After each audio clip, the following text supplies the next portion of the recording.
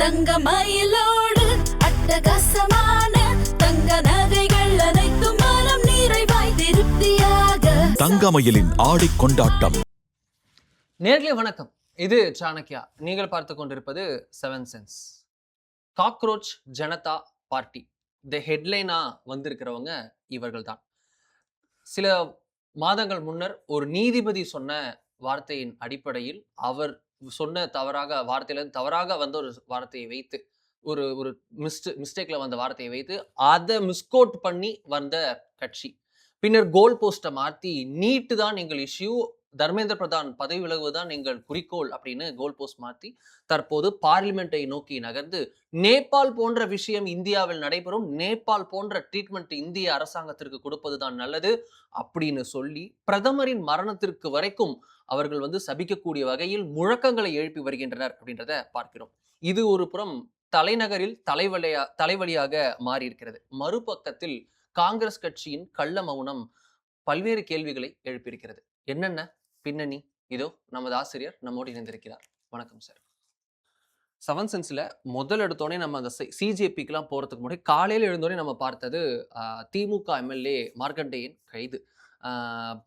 அவர் முதல்வர் விஜய் குறித்து தவறாக பேசினார், அவதூறாக பேசினார் அப்படின்ற குற்றச்சாட்டின் அடிப்படையில் கைது. முன்னாள் முதல்வர் ஸ்டாலின் உட்பட பலர் கண்டனம் தெரிவிச்சதுக்காக திமுகல இருந்து அங்க முன்னாள் அமைச்சர்கள் பலர் திரு அனிதா உட்பட நேரடியாக போய் சண்டை போட்டிருக்காங்க, அவரே ஆக்ரோஷமா பேசினாங்க அப்படின்றத பாக்குறோம். இங்க எல்லை மீறினது யார்? எல்லை மீறி ஆரம்பித்தது திமுக எம்எல்ஏ. ஒரு எக்ஸஸ் பண்ணது தமிழ்நாடு கவர்மெண்ட் தான். ஸோ வம்பு சண்டைக்கு போவதில்லை, வந்த சண்டையை விடுவதில்லைன்னு இருக்காங்களோ? விடலாம் அப்படிங்கிறது ஒரு எண்ணம். அதாவது நம்ம இந்த மாதிரியான பெட்டி விஷயங்களில், சில்லி விஷயங்களில் கவனம் செலுத்திட்டு இருந்தோம்னா உண்மையான நிர்வாகம் என்பது திசை மாறிடும்.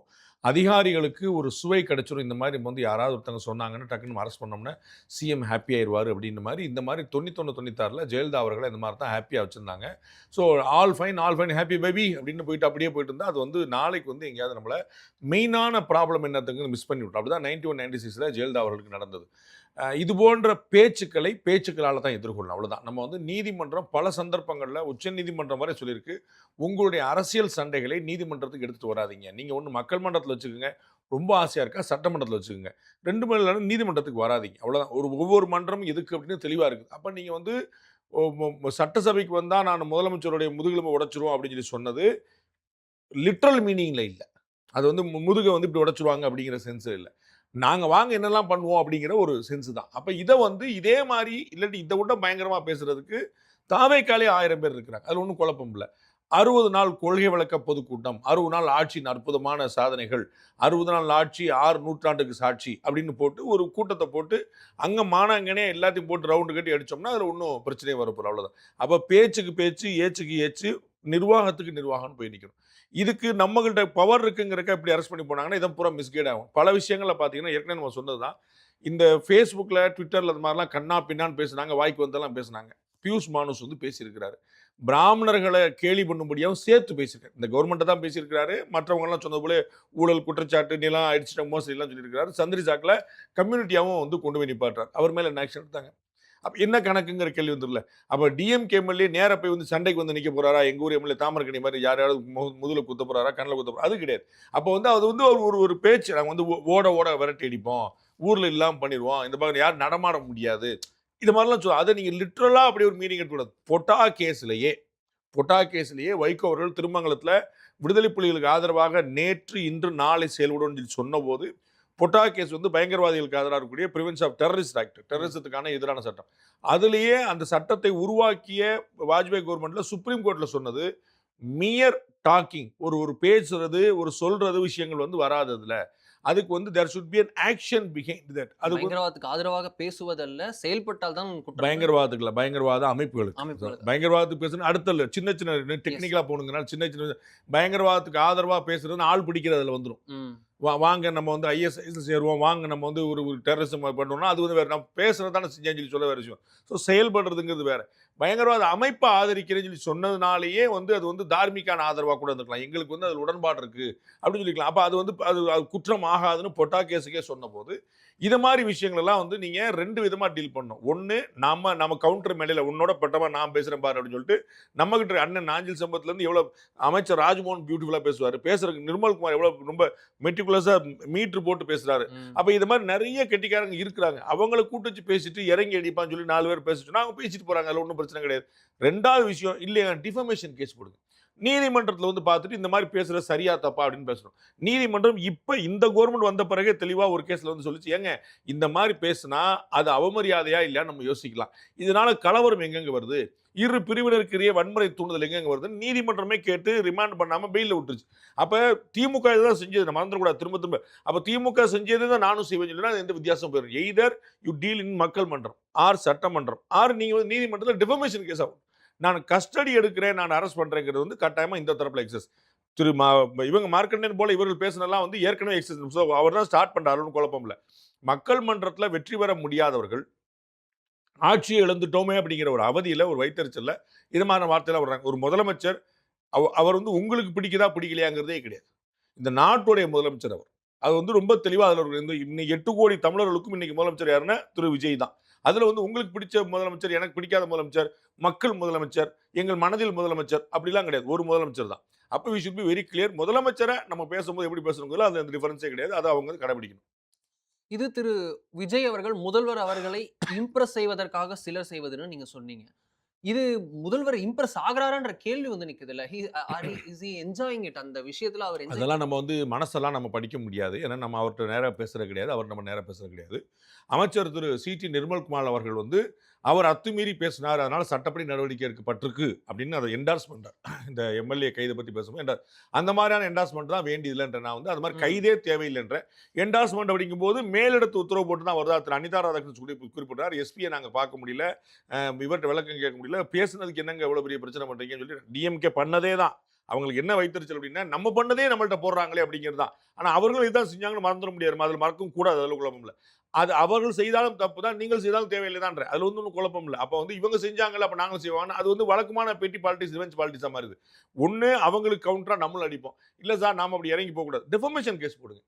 இதுல டெஃபமேஷன் மேட் அவுட் ஆகுமா? அது அடுத்த பாயிண்ட். டெஃபமேஷனே மேட் அவுட் ஆகும் போது கிரைம் எங்க மேட் அவுட் பார்க்க நம்ம வந்து உச்சநீதிமன்றம், உயர்நீதிமன்றம், கீழமை நீதிமன்றங்கள், பல நீதிமன்றங்கள் இந்த வந்து குழாயடி சண்டையை நீங்க எங்க கோர்ட்டு கொண்டு வராங்க ரொம்ப தெளிவா சொல்லியிருக்காங்க. அதுதான் நம்முடைய நிலைப்பாடமா இருக்கு. இதுல திரு வன்னியரசு சொல்கிறார் எல்லோருக்கும் முதுகெலும்பு உண்டு அப்படின்னு சொல்கிறார். இது மாதிரி விசிகா வந்து திடீர்னு கொந்தளிப்பது. திமுக வரைக்கும் முன்னாடி வரைக்கும் இப்பதான் திமுக உறவுல இருந்தேங்க. இப்ப டக்குன்னு மாறிட்டு இந்த பக்கம் வந்து சொல்வது இது எப்படி? அதெல்லாம் சரியான லாயல்ட்டி அப்படின்னு புரிஞ்சுக்கலாம். அதெல்லாம் இந்த இடத்துல நீங்க அப்படி கன்வின்ஸ் பண்ணிக்க வேண்டியதில்லை. நான் அதான் சொன்னேன். இப்பதான் சொன்னேன், உங்களுக்கு வந்து ஒருத்தர் சொன்னாருன்னா நீங்க கவுண்டர் பாயிண்ட் கொடுங்கன்னு சொல்ல முடியாது. என்னுடைய முதலமைச்சர், நான் கூட்டணியில் இருக்கக்கூடிய கட்சியுடைய முதலமைச்சர், அந்த அமைச்சரவையில் நான் இருக்கிறேன். அப்ப அவருக்கு மட்டும் தான் முதுகெலும்பு இருக்கு, அப்பா நீங்க உடைச்சிருவீங்க, உங்களுக்கு முதுகெலும்பு இருக்குல்ல, தப்பே கிடையாதுன்ற. இது வந்து அதான் நான் சொன்னேன், நீங்க அவர் ஒரு பேச்சுக்கு நீங்க பேசினா முடிஞ்சு போகுது இந்த பிரச்சனைன்ற. இல்ல இதுல நான் வந்து கேட்கறது விசிகாவுடைய லாயல்ட்டி ப்ரூவிங். அது ஏற்கனவே தெரிஞ்சிருக்கல. அதுல புதுசா இந்த பாயிண்ட் இன்னைக்கு என்ன எமர்ஜ் ஆச்சு? நீங்க விசிகா நேத்து சாயந்தரம் வேற ஒண்ணு பேச்சு, நீங்க 10ஆம் தேதிக்கு பிறமே வேற தானே பேசுறாங்க. அதுல வந்து ஒன்றும் குழப்பமே இல்லையே. ஸோ அங்க ஏதாவது கான்ஃபிளிக், வன்னியரசுக்கும் திருமாவளவன் கான்ஃபிளிக்டா இருக்கா அப்படின்னா கொஞ்சம் புதுசா ஏதோ எமர்ஜ் ஆகிற மாதிரி இருக்கேன்னு நீங்க பார்க்கலாம்.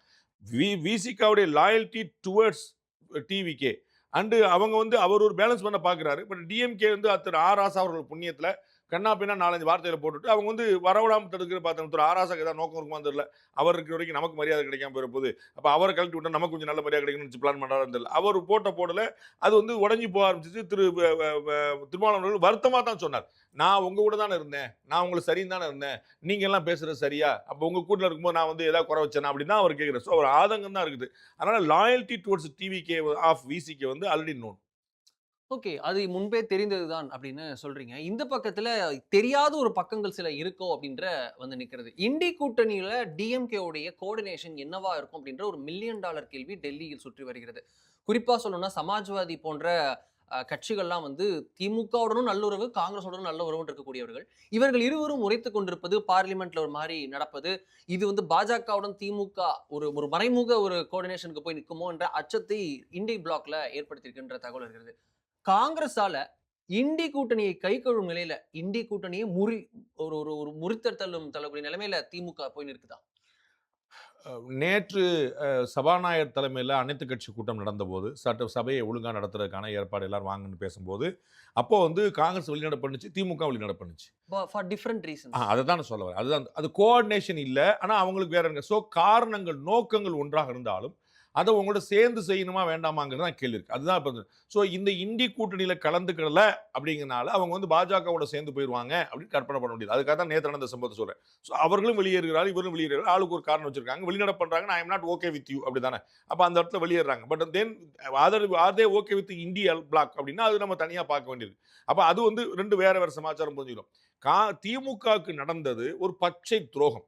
அது வந்து ஓட்டு போடு ஈரம் காயும் முன்னே நடந்த ஒரு துரோகம். அது டக்குன்னு கைவிட்டு போயிட்டாங்க. ஆக்சுவலா திமுக வந்து பாஜக செய்திருந்துச்சு. அது திரு முரசொலி மாறன் காலத்துல, திரு வாஜ்பாய் காலத்துல அவர்களுக்கு அதோட டேஸ்ட்டை வந்து அவங்க அப்படியே காட்டாங்க. பார்த்தீங்கன்னா நீங்க வந்து எங்களுக்கு செஞ்சீங்க, நாங்க இப்போ உங்களுக்கு செய்யறோம் பாரு அப்படின்னு பியூட்டிஃபுல்லா காட்டாங்க. பாஜக வந்து அன்னைக்கு வேடி பார்க்கறதா இருந்துச்சு பாவம். அப்போ வந்து காங்கிரஸுக்கு போறதுக்காக திமுக அன்னைக்கு செஞ்சது பாஜகவுக்கு, இன்னைக்கு திமுகவுக்கே காங்கிரஸ் செஞ்சிருச்சுங்கிற பார்க்கணும். அப்ப அதுக்கு வந்து ஒரு பதிலடி கொடுக்கறது அந்த கட்சிக்கு தார்மீக ரீதியில நல்லது, ஒரு ஃபேஸ் சேவிங்கா இருக்கும். இல்லைன்னா எதிர்த்து நிக்கிறவங்களாலும் சரி, கூட இருந்து துரோகம் பண்ணவங்களாலும் சரி, இங்கேருந்து கூட்டணி மாநிலம் யாரா இருந்தாலும் இவங்க வந்து அனுசரிச்சு போக வேண்டிய இடத்துல திமுக இருக்குன்னு திமுகவை பலவீனமாக காட்டும். நல்லா கொஞ்சம் யோசிச்சு பார்த்தீங்கன்னா தெரியும். ஏடிஎம்கேவை டிஎம்கே எப்படி பலவீனப்படுத்துச்சு, டிவிக்கு எப்படி பலவீனப்படுத்தி யோசிக்கணும்.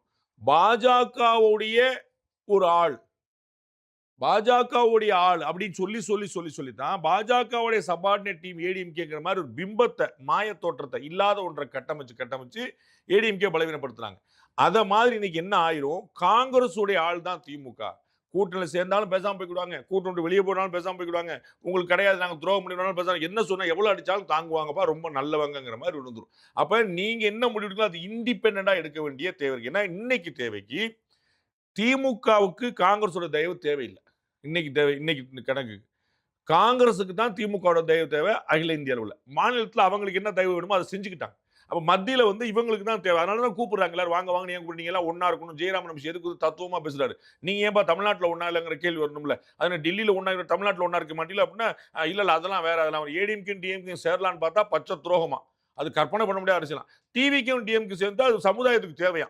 திரு கார்த்தி சிதம்பரம், ஜெயராம் ரமேஷ், சிதம்பரம் பல ஆட்கள்லாம் வந்து வித்தியாசமான பாயிண்ட் வந்து சொல்லுவாங்க. அப்ப ஏடிஎம்கே டிஎம்கே சேர பார்த்தோம்னா அப்படி சேர்ந்தெல்லாம் ஏற்க முடியுமாங்கம்பாங்க. அங்க வேற சொல்லுவாங்க. அப்ப திமுகவுக்கு காங்கிரஸோட தயவு தேவையில்லை, காங்கிரஸுக்கு தான் டெல்லியில திமுக தயவு தேவை. அது 2029 நெருங்க அந்த தேவை இன்னும் அதிகமாகும். அப்படிங்கும்போது அப்பர் ஹேண்ட் திமுக எடுக்கணும். we will decide on our own. உங்களுக்கு தெரியும் 2014 என்டிஏ கவர்மெண்ட் முதல்ல அமைஞ்ச போது திரு நரேந்திர மோடி தலைமையில ஏடிஎம்கே ஒரு ஸ்டாண்ட் எடுத்துச்சு. we will not suppose, we will not oppose. உங்களுக்கு வந்து ஒரு டிஸ்டன்ட் ரிலேஷன்ஷிப் வேண்டும். ஏன்னா மோடியா லேடியா நான் கேட்டிருந்தேன் 2014 தேர்தலில் 37 சீட் ஜெயிச்சேன், என் கையில் அவ்வளோ பெரிய பவர் இருக்கு, அதனால நான் உங்களுக்கு சப்போர்ட் பண்ண மாட்டேன். அதே சமயம் என்னால் உங்களுக்கு தொந்தரவு வருது. இந்த மாதிரியான ஒரு ரிலேஷன்ஷிப் இவர் மெயின்டைன் பண்ணாங்கன்னா இண்டிவிஜுவாலிட்டி மெயின்டைன் பண்ண முடியும். இவங்க வந்து ஆமா நாங்கள் வந்து பிஜேபி கூட சேரலை அப்படிங்கிற வச்சுக்க முடியும். அதுக்காக நான் காங்கிரஸ் கூட போக முடியாது. அப்படி அவங்க இண்டிபெண்டா திங்க் பண்ணாங்கன்னா அவங்களுக்கு ஒரு ஃபேஸ் சேவிங்கா இருக்கும். அதனால காங்கிரஸ் வந்து பின்னாடி தொங்கிட்டு இருக்கு.